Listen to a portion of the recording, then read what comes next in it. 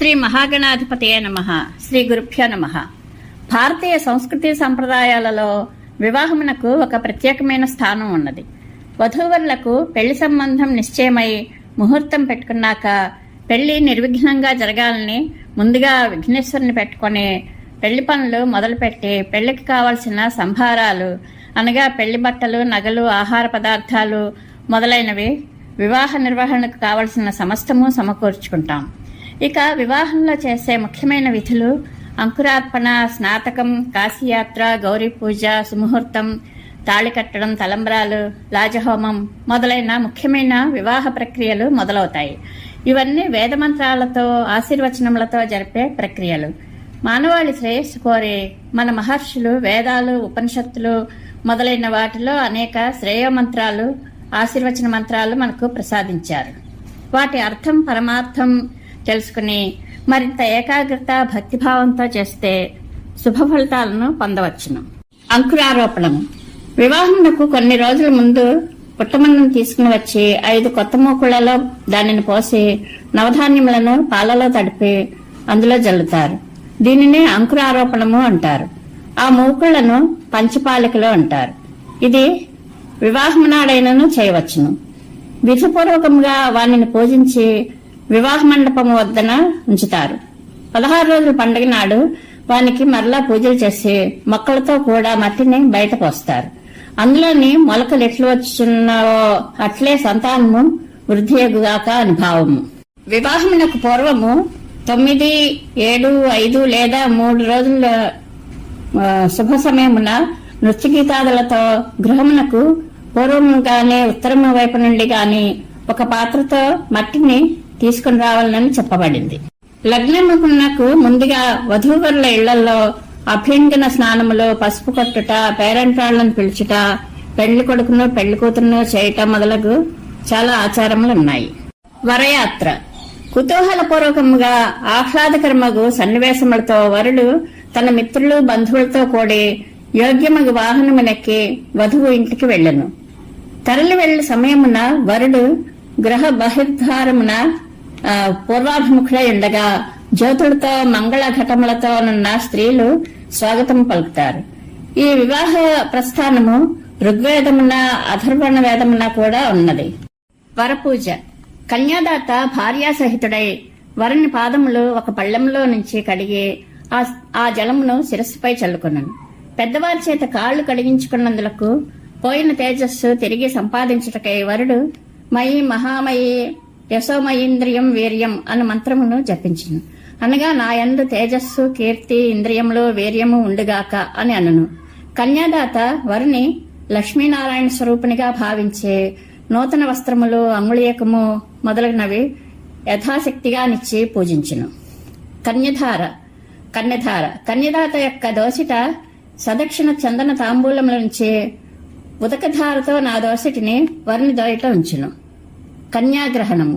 వరుడు స్వస్తి అని, దేవస్యత్వ మొదలగు మంత్రములను చెప్పును. ప్రేరకుడగు పరమేశ్వర ప్రేరణచే అశ్వినీ కుమారుల బాహువులచే పురుషన్ అను దేవత బాహువులచే తను నిన్ను గ్రహింతును. కామమే దాత, కామమే ప్రతిగ్రహీత అని ఆ మంత్రములకు అర్థము. కన్యాదాన సిద్ధికై నా శక్తి కొలది దక్షిణ ఇచ్చున్నానని కన్యాదాత అనును. ఆదేశములు. ధర్మ, అర్థ, కామ విషయములందు ఈమెను అతిక్రమించి పోరాదని, చేయవద్దని దాత అనును.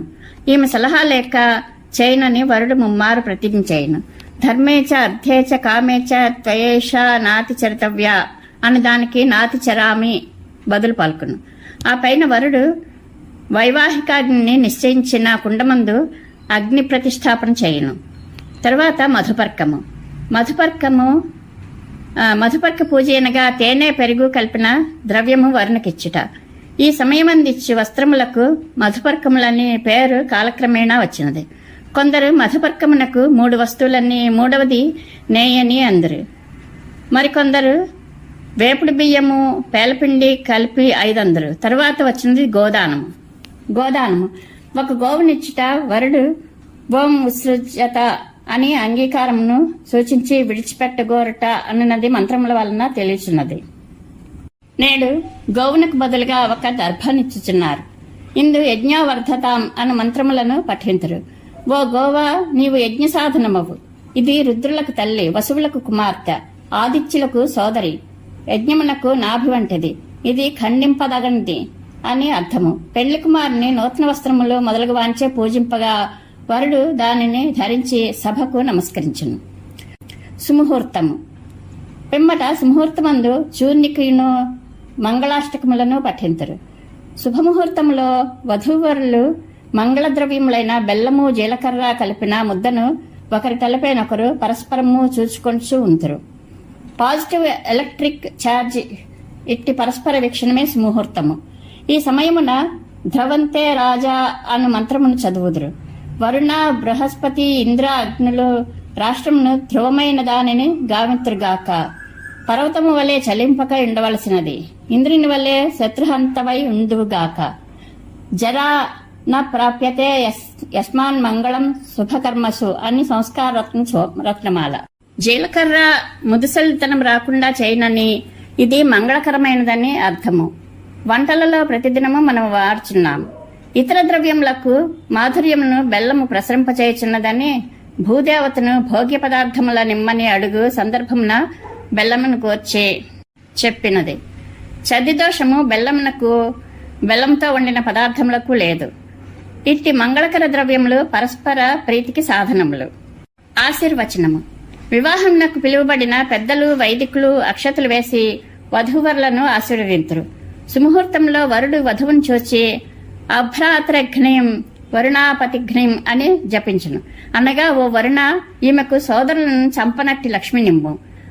ఓ బృహస్పతి, భర్తను చంపనట్టి లక్ష్మి నిమ్ము. ఓ ఇంద్ర, పుత్రులను చంపనట్టి లక్ష్మి నిమ్ము. ఓ సవిత, సమస్త సంపదలిమ్ము. ఒకసారి కన్నులు మూసుకుని అఘోర చక్షు అను మంత్రం చెప్పును. ఓ చిన్నదాన, భయంకరమైన కన్నులు లేని దానవై, భర్తను చంపని దానవై, మంచి మనస్సు కలిగిన దానవై బ్రతికెడి సంతానమును కంచు నా వారికి సుఖమును గూర్చుదానివి కమ్ము. అటు తరువాత వధూవరులిద్దరూ ఆచమించి ఆవాభ్యాన్ కర్మాణి కర్తవ్యాన్ని ప్రజాశ్చోత్పాదయితవ్యాః, మనము పుణ్యకార్యములను చేయుదము, సంతానమును బడయుదమని సంకల్పించరు. పతికి హింస కలిగించు అలక్ష్మిని తుడిచివేయుచున్నానని అర్థమిచ్చు. ఇదమహం మంత్రమును పఠించి పెండ్లి కూతురు కనుబొమ్మల మధ్య భాగమును దర్భలతో తుడిచి వానిని పడమరగా పారవేయును.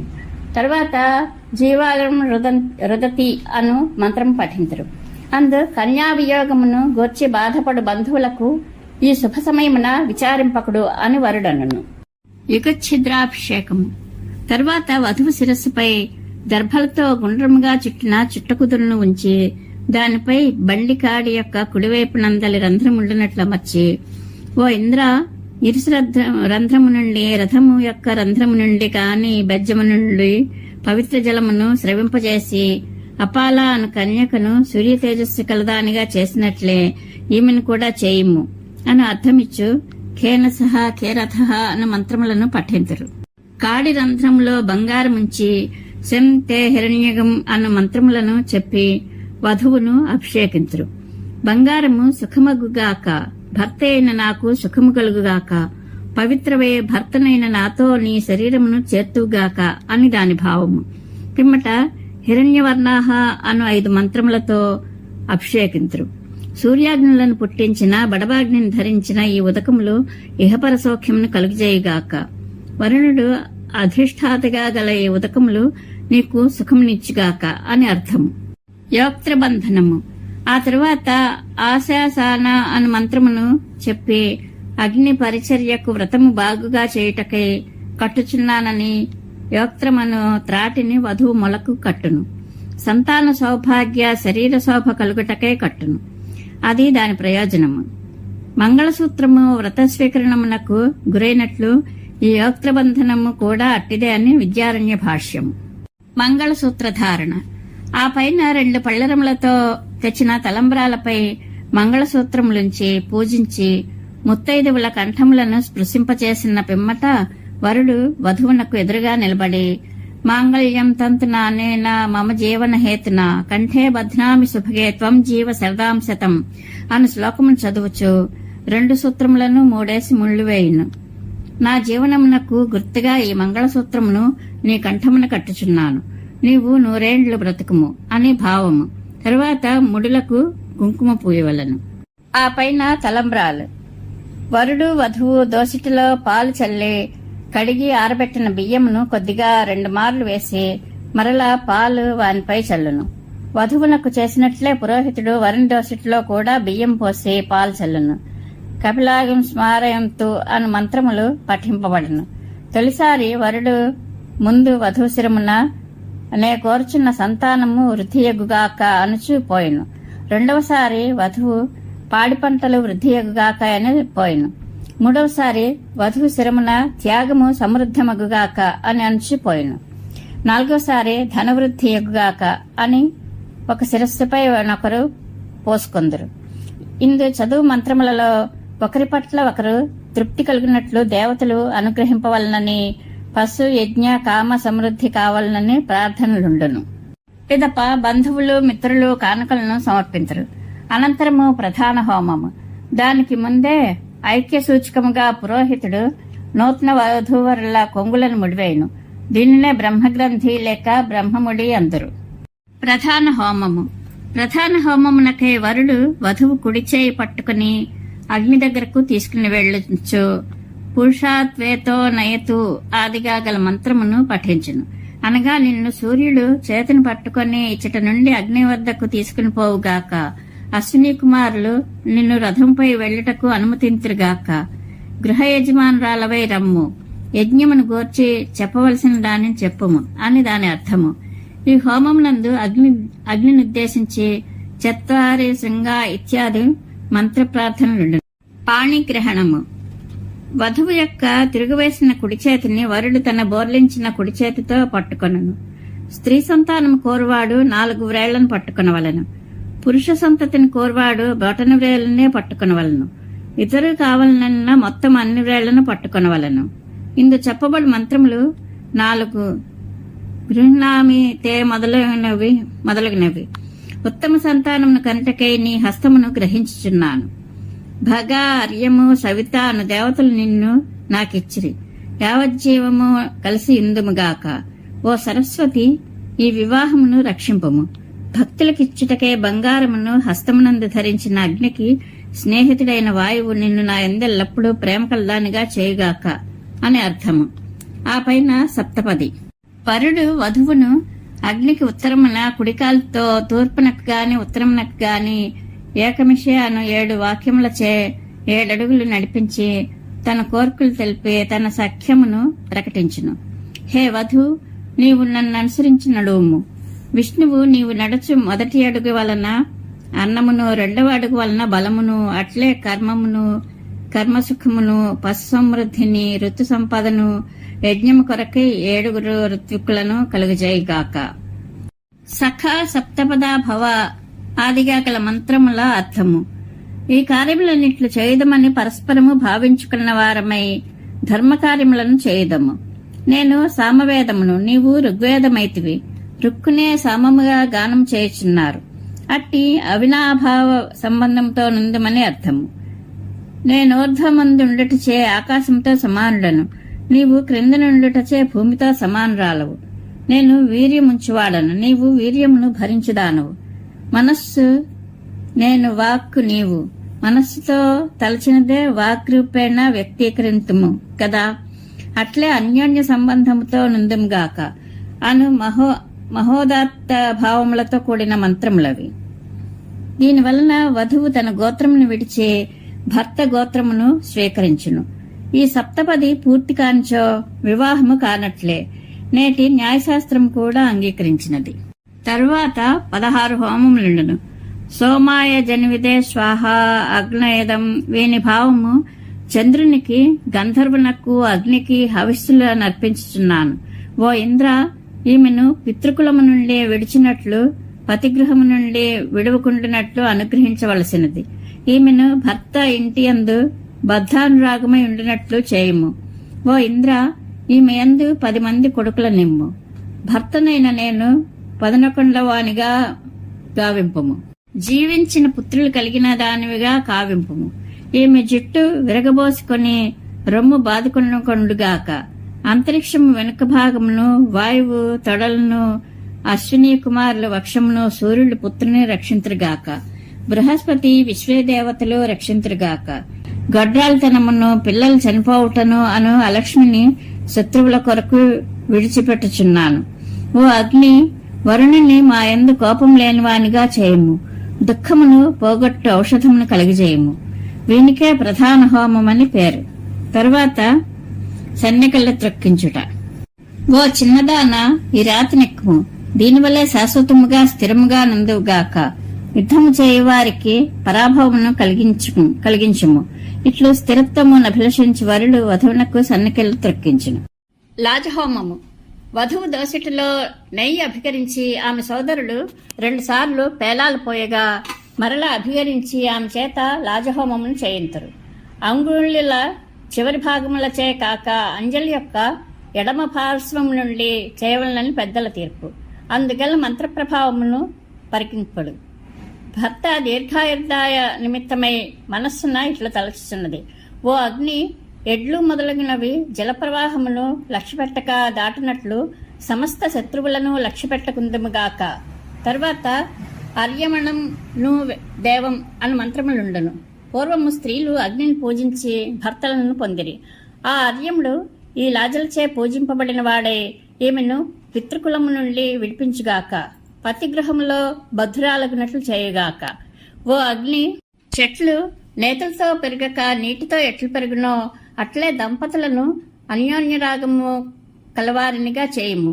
నీవు దాతలలో దాతవై ఇంటివి. హోమములు ప్రదక్షిణలైన వెనుక జయాది హోమములుండును.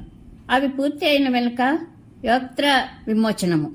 పరత్వా ముంచామి అను మంత్రములను చెప్పి వరుడు వధువు నడుముకు కట్టిన త్రాటిని విప్పును. నిన్ను వర్ణపాసము నుండి విడిపించుచున్నాను. బ్రహ్మలోకంలో కూడా భర్తనైన నాతో నిన్ను శాశ్వతముగా ఉండినట్లు చేయదును అను అర్థమిచ్చు మంత్రమది. ప్రవేశ హోమము. వరుడు భార్యను తన ఇంటికి తీసుకుని వెళ్లి అక్కడ చేయవలసిన హోమము ప్రవేశ హోమము. కానీ ఇప్పుడు కన్యాదాత ఇంటి అందే చేయుచున్నారు. ఆమెను తీసుకుని పోవు రథము లేదా బండిపై వెళ్లినప్పుడు పూర్వకాలంలో పఠింపబడి మంత్రములను నేడు కూడా పఠించున్నారు. ఇంట్లో ఆమె సంకోచములు లేక నిర్భయముగా మెలగటకు తగిన మాటలతో ఆమెకు ధైర్యం చెప్పును. భర్తనైన నాపై ఆధిపత్యము వహించి నన్ను శాసింపుము. సంతానముచే పదవదగు విరాట్ ఛందస్సు వలె 10 మంది పుత్రులతో కూడి ఉండుము. సమ్రాజ్ఞీ భవ. అత్తమామలకు వదినలకు సంతానమునకు భర్తనైన నాకు యజమానురాలవు కమ్ము. అందరి అభిమానమును సంపాదించి వారితో చనువుగా మసలుకొనుము. తన ఇంటికి వచ్చిన వెనుక ఇంటికి ఈశాన్య ప్రదేశమందు 2 దక్షిణోత్తరులై కూర్చుండి 13 మంత్రములతో హోమం చేయుదురు. మంత్రములలో సమస్త భాగ్యములు కలిగిన నా భార్య 100 సంవత్సరములు అగ్నిని సేవించుగాక. ఓ ప్రజాపతి, ఇంద్రాగ్నులారా, మాకు సుఖమునొసగుడు. బృహస్పతి నా కొరకు నిన్ను ఇచ్చెను. విశ్వకర్మ ఈ భార్యను పుట్టించును. నా వలన సంతానమును పొంది 100 ఏండ్లు జీవింపుము. ఇట్లు దంపతులు ఆయుర్దాయము, పరస్పర ప్రేమ, సత్సంతానము, ధనధాన్య సమృద్ధిని కోరుదురు. ఈ ప్రవేశ హోమము వలన అగ్నికి గృహ్యాగ్నిత్వము సిద్ధించును. తరువాత జయాది హోమములుండును.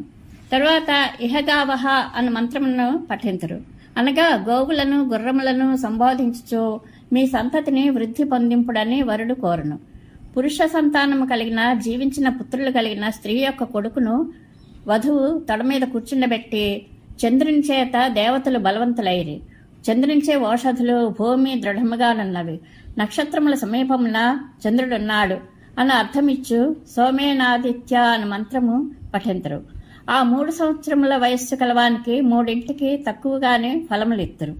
నాతో అన్ని సంపదలను అనుభవించి వార్ధక్యమును పొంది పుత్రాదులకు కూడా యజ్ఞకర్మలు ఇట్లు చేయుడు అని చెప్పుదువుగాక అని అర్థమిచ్చు ఇహప్రియం అను 2 మంత్రములను పఠించును.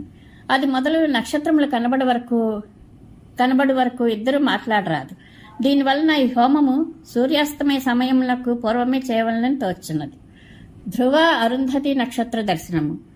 నక్షత్రములు కనిపించిన వెనుక వరుడు వధువును తూర్పుగా గాని ఉత్తరముగా గాని బయటకు తీసుకుని వెళ్లి ధ్రువ అరుంధతి నక్షత్రములను చూపింపవలను. ధ్రువక్షితి మంత్రముతో ధ్రువుని చూపినప్పుడు నీవు నాశనము లేని దానవగూచు ఇతర నక్షత్రములో స్థిరపదమును పొందుటకు మార్గదర్శకమాగుచున్నావు. మాపై యుద్ధమునకు వచ్చి శత్రువుల నుండి రక్షింపుము అని చదువును. సప్తర్షయ అను మంత్రమును చదువుచు అరుంధతి నక్షత్రమును చూపుదురు. కశ్యపుడు మొదలగు 7 మునులు తమ 7 భార్యలలో అరుంధతి అగ్రగణ్యురాలని మనస్సునందైనను వ్యభిచార గుణములు లేనిదని భావించిరి.